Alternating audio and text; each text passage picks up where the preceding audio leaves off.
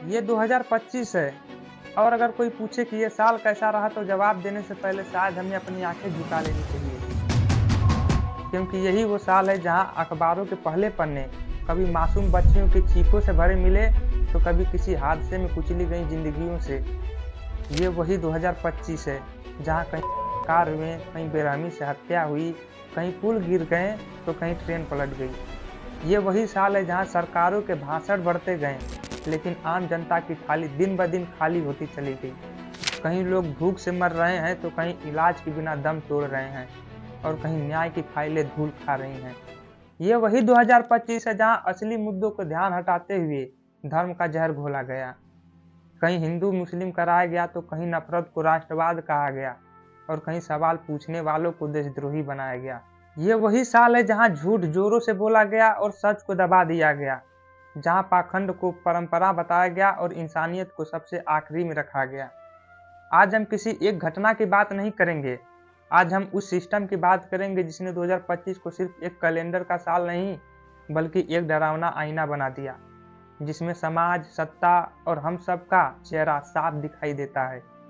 सवाल ये नहीं कि 2025 में क्या क्या बुरा हुआ, सवाल ये है क्या हम अब भी खामोश रहेंगे। हमारा देश हर साल दशहरा बड़ी ही धूमधाम से मनाता है। पता है क्यों? क्योंकि रावण ने माता सीता का अपहरण किया था। लेकिन उसी देश में, हमारे भारत में, हर साल 31 बलात्कार होते हैं, मतलब हर 17 मिनट में एक।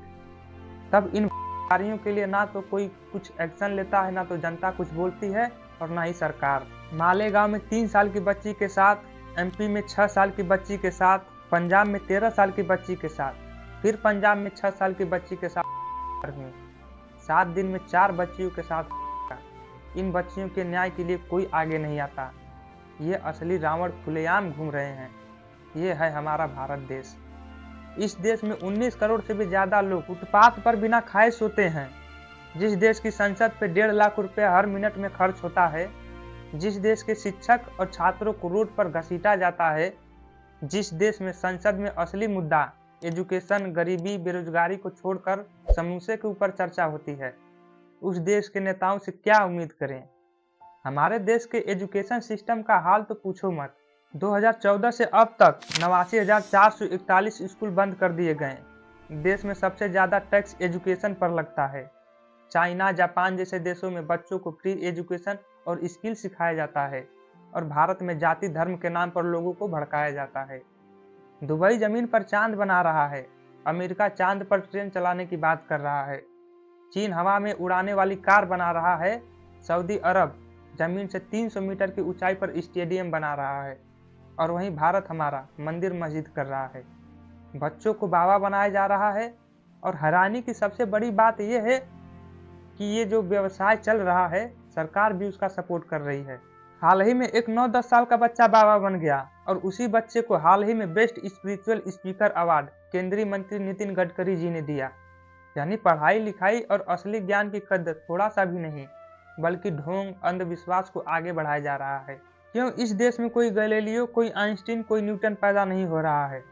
मुझे दिक्कत भाजपा या कांग्रेस से नहीं है, मुझे दिक्कत महंगाई, बेरोजगारी, अपराध और बढ़ती जातिवाद से है।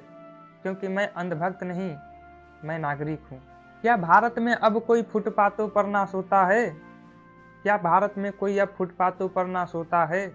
क्या आए दिन बेटियों के साथ गलत ना होता है? क्या किसानों को उसकी मेहनत का दाम मिलता है? योग्यता के अनुरूप क्या उसको काम मिलता है? क्यों मानवता और भाईचारे पर हावी जातिवाद हुआ? चलो 26 जनवरी से पूछे कौन कौन आज़ाद हुआ।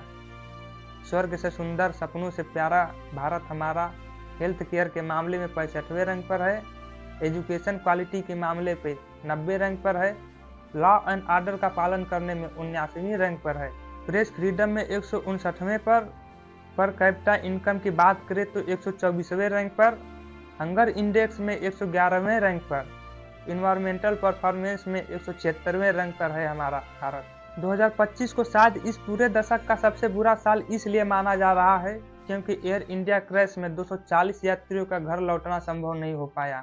ये एक बड़ी त्रासदी थी। नई दिल्ली रेलवे स्टेशन की घटना में 18 लोग घर नहीं लौट पाए। पहलगाम हुए आतंकी हमले में 26 निर्दोष लोगों की जान चली गई। पंजाब में बाढ़ ने 55 लोगों की जिंदगियां ले गई। वहीं उत्तराखंड में 13 लोगों की मृत्यु हो गई, 16 लोग लापता हो गए। लाल किला दिल्ली के कार बम ब्लास्ट में 13 लोग मर गए और 20 लोग से अधिक घायल हुए। हर साल आने वाले साल से उम्मीद करते हैं, लेकिन हर आने वाला साल बुरा ही हो जाता है। तो सवाल अब ये नहीं बचता कि 2025 कितना बुरा था। सवाल ये है, क्या हम इससे कुछ सीख पाएंगे? क्योंकि देश सिर्फ सरकार से नहीं बनता, देश हमसे बनता है, हमारी चुप्पी से, हमारे सवालों से और हमारे विरोधों से। अगर हर हादसे के बाद हम 2 मिनट का दुख मानकर फिर सब भूल जाते हैं, तो अगला आने वाला साल भी यही होगा, बस तारीख बदल जाएगी। आज जरूरत है नफरत नहीं, न्याय की आवाज की, धर्म नहीं, रोटी रोजगार की, अंधभक्ति नहीं, संविधान की। अगर हम आज नहीं बोलेंगे तो कल हमारी खामोशी किसी और की कब्र पर लिखी जाएगी। 2025 एक चेतावनी है। अभी भी वक्त है, या तो हम नागरिक बने या फिर इतिहास में खामोश तमाशबीन कहलाएं। फैसला आपका है। धन्यवाद।